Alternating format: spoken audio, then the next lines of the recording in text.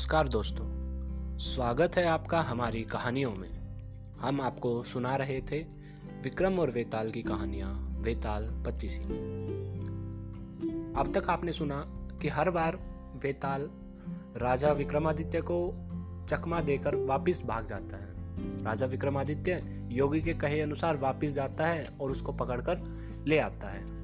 फिर रास्ते में फिर दोबारा वेताल उसको एक कहानी सुनाता है, फिर राजा जवाब देता है और फिर भाग जाता है। ऐसे ही वेताल राजा को 21 कहानियां सुना चुका है और राजा अब की बार फिर वापस गया है उसको लेने। और जैसे ही वो लेकर आता है तो रास्ते में वेताल फिर एक बार राजा से कहता है कि राजन चलो, एक कहानी मैं तुम्हें और सुना देता हूँ, रास्ता जल्दी कट जाएगा। तो इस पर राजा ना तो मना तो कर नहीं सकता, तो उसने ना चाहते हुए भी हाँ कर दिया। वेताल अपनी कहानी सुनाने लगता है। तो कहानी सुनाने से पहले अगर आपने चैनल को सब्सक्राइब नहीं किया है तो आप कर दें और वीडियो को लाइक कर दें। धन्यवाद। तो आइए कहानी सुनते हैं। कहानी कुछ ऐसे थी कि गौड़ देश में वर्धमान नाम का एक नगर था, जिसमें गुणशेखर नाम का एक राजा राज करता था। उस राजा के एक दीवान था जिसका नाम था अभयचंद्र।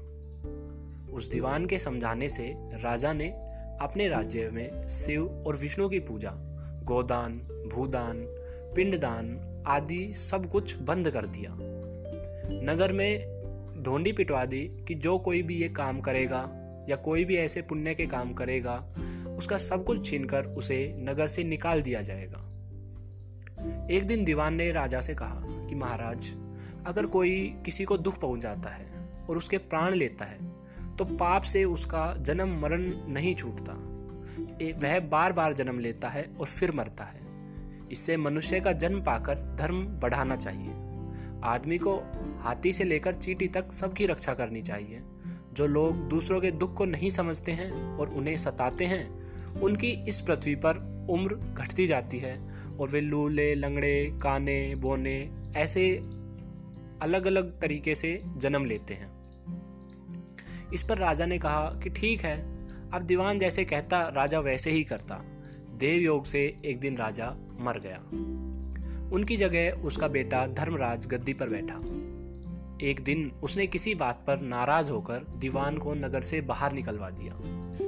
कुछ दिन बाद एक बार वसंत ऋतु में वह इंदुलेखा, तारावली और मृगाकवंती इन 3 रानियों को लेकर बाग में पहुंचा।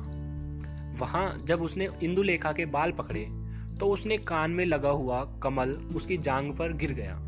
कमल के गिरते ही उसकी जांघ पर घाव हो गया और वह बेहोश हो गई। बहुत इलाज किया लेकिन तब वह ठीक हुई। इसके बाद एक दिन की बात है कि तारावली ऊपर खुले में सो रही थी।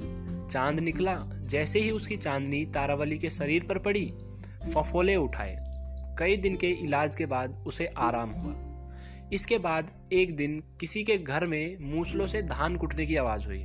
सुनते ही मृगाकवंती के हाथों में छाले पड़ गए। इलाज हुआ, तब जाकर वह भी ठीक हो गई। इतनी कथा सुनाकर अब वेताल ने राजा से पूछा कि महाराज, ये बताइए कि उन तीनों में सबसे ज्यादा कोमल जो रानी थी वो कौन थी और क्यों? क्योंकि जब सबसे पहली जो रानी तारावली इंदुलेखा, उसके कमल के फूल से ही घाव हो गया। दूसरी रानी तारावली, उसके चांद की रोशनी से ही फफोले पड़ गए। और मृगाकवंती को तो आवाज सुनने की वजह से ही हो गए। तो सबसे ज्यादा कोमल रानी कौन थी? अगर आपको भी कोई जवाब पता हो, अगर आप बताना चाहते हो तो कमेंट में जरूर बताएं। इस पर राजा ने कहा कि मृगाकवंती सबसे ज्यादा कोमल थी, क्योंकि पहली 2 के घाव और छाले कमल और चांदनी के छूने से हुए थे, लेकिन तीसरी ने तो मूसल को छुआ भी नहीं, लेकिन फिर भी छाले पड़ गए। इसीलिए वह सबसे अधिक कोमल थी, सबसे अधिक सुकुमारी थी। राजा का इतना कहना था कि बेताल 9-2-11 हो गया। राजा बेचारा फिर मसान में गया और जब उसे लेकर चला तो फिर वेताल ने कहानी सुनाई। आपको वो कहानी सुनाएंगे हम अगली बार। तब तक के लिए आप अपना ध्यान रखें।